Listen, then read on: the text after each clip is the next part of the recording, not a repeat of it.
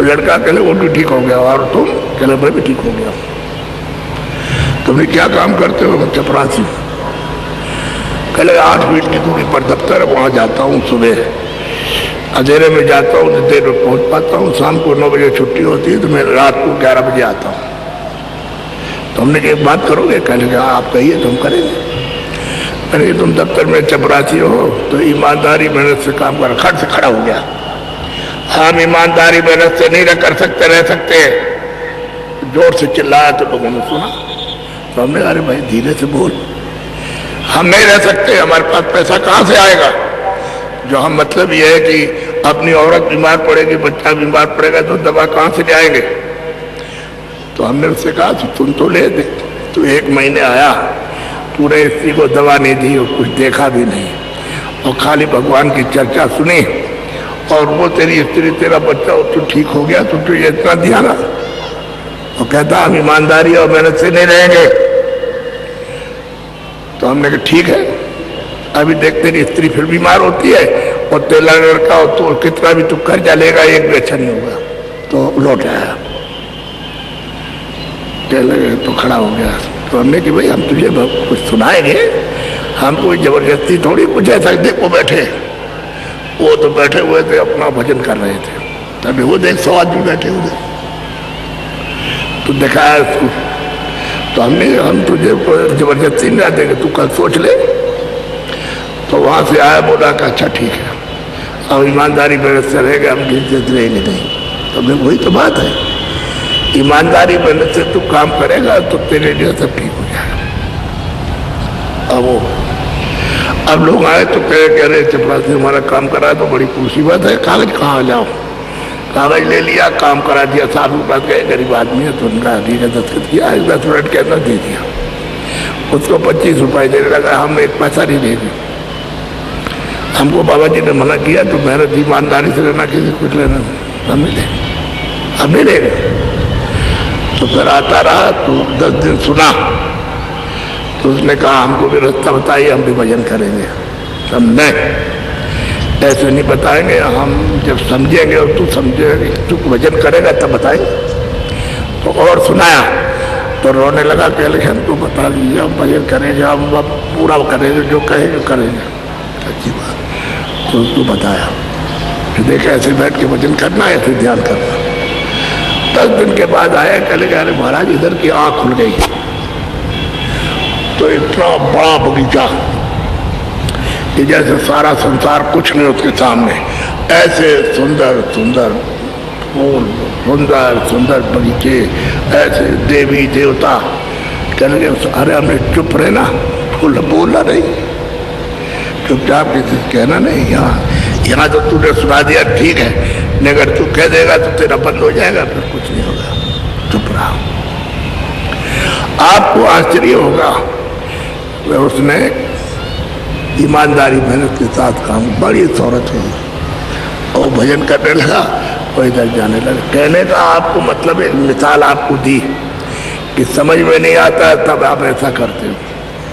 ईमानदारी और मेहनत के साथ काम रहो। तो ये लड़का बीमार, जब आप ईमानदारी मेहनत से काम नहीं किया, लड़का बीमार तो लड़की बीमार, तो पति बीमार, तो पत्नी बीमार, तो पिता बीमार, तो भाई बीमार हो गया, और ये और ब्रेन चला गया, और हार्ट निकल गया, और किडनी गिर गई, और कैंसर हो गया, और ये गए डॉक्टर के पास, तुमका 10 लाख लगेगा, और कोई गारंटी थोड़ी है कि ऑपरेशन हो जाए तुम ठीक हो जाओगे, तो 10 लाख और देना। अब बेचारा कहाँ से लाएगा? हमारे पास बहुत आते हैं, यानी अभी आते हैं, रास्ते में हमको बहुत मिले, यानी रास्ते में हमको मिले बहुत, तो हमारे पास आते हैं सबसे बड़ी तकलीफ। तो हम उनसे कहते हैं भाई तुम एक काम तो करो कि ईमानदार काम करो, ईमानदारी मेहनत से मजदूरी और खेती, दुकान, दफ्तर का काम, शाम को बच्चों की सेवा, और हम तुमको रास्ता बताते हैं सच्चे भगवान का, ये रास्ता है, और तुम बैठ के करो। देखो तुमको तुम्हारी तीसरी आंख, तीसरा नेत्र कैसे नहीं खुलता है जब तुम्हारे सामने स्वर्ग का दरवाजा है। तुम बिल्कुल दरवाजे पे बैठे हो स्वर्ग के, और इधर विष्णु का, उधर स्वर्ग का। तो जब आप भूल गए हो तो उधर रास्ता नहीं, वो दरवाजा नहीं मालूम कि उस स्वर्ग में जाता है, और इधर का है, इसी अंधेरे में काम कर रहे हो। तो उसने बड़ी होशियारी से आपको फांसा है, अधिकार दे दिया। तो ये सब का सब पाप है पुण्य है, पाप है पुण्य। पहले तो कोई भी आदमी जो है पाप नहीं करता था, सब पुण्य करते थे। तो ये सब का सब आंखों के ऊपर ये अंतःकरण, देखो इधर आंख के ऊपर ये सब का सब तुम्हारा दिल है, हृदय, ये हार्ट है। यहाँ कुछ जमा नहीं होता, इधर कुछ नहीं, यहाँ कुछ नहीं, ये यहाँ होता है। यहाँ पानी नहीं जा सकता, अग्नि नहीं जा सकती। तो जब जमा हुआ पुण्य तो पर्दा तो पड़े, पहले तो पुण्य नहीं था, तो वहाँ कोई पर्दा नहीं था, आँख खुली थी, कान खुले थे, नाक खुली थी। अब आप मतलब जब आपने ये काम किया तो पर्दा जमा हुआ, फिर उसमें आप कभी झूठ बोले, कभी धोखा दिया, कभी बेईमानी आपने की, तो वो काला पर्दा पड़ गया। कभी अच्छा हो, कभी बुरा, कभी अच्छा, कभी बुरा, अब तो अच्छा छूट गया, अब सब बुरा ही बुरा। तो ये सब पर्दा पड़ा और भर गया ये सब तुम्हारा। तो आंख तुम्हारी तीसरी बंद हो गई, तीसरा कान और तीसरी नाक। अब न तुमको दिखाई देता न सुनाई देता। अभी देखो आप बैठे हो, शरीर में एक आंख इधर एक इधर, कितनी आंख? जल्दी बोलो। 2 आंख। शरीर में एक कान इधर एक इधर, कितने कान? 2 कान। शरीर में एक नाक इधर एक इधर, कितनी नाक है? तो ये जीवात्मा बैठी है दोनों आंखों के बीचों बीच, ये रूह बैठी है, उसमें एक आंख, और शरीर में 2 आंख कितनी हुई? जोर से बोलो, अरे जोर से बोलो। 3। ये देखो जीवात्मा बैठी, उसमें एक कान है, और शरीर में 2 कान, तो कितने हुए? 3 कान हुए।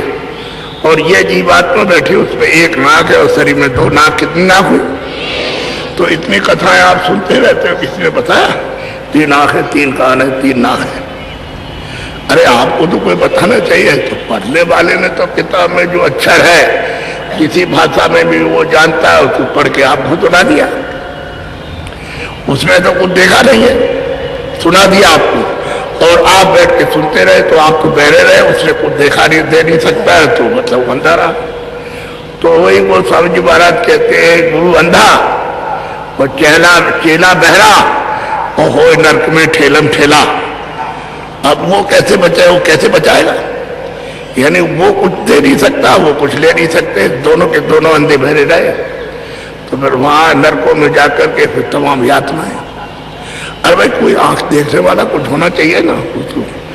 तो अब हम आपसे विनती प्रार्थना करते हैं, ये पूरा मैदान भरा है,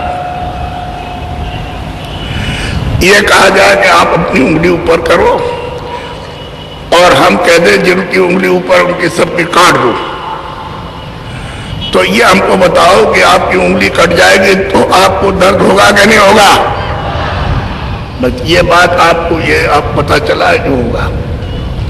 तो जब दर्द होगा तो आप तो मनुष्य, आप में तो दया होना चाहिए।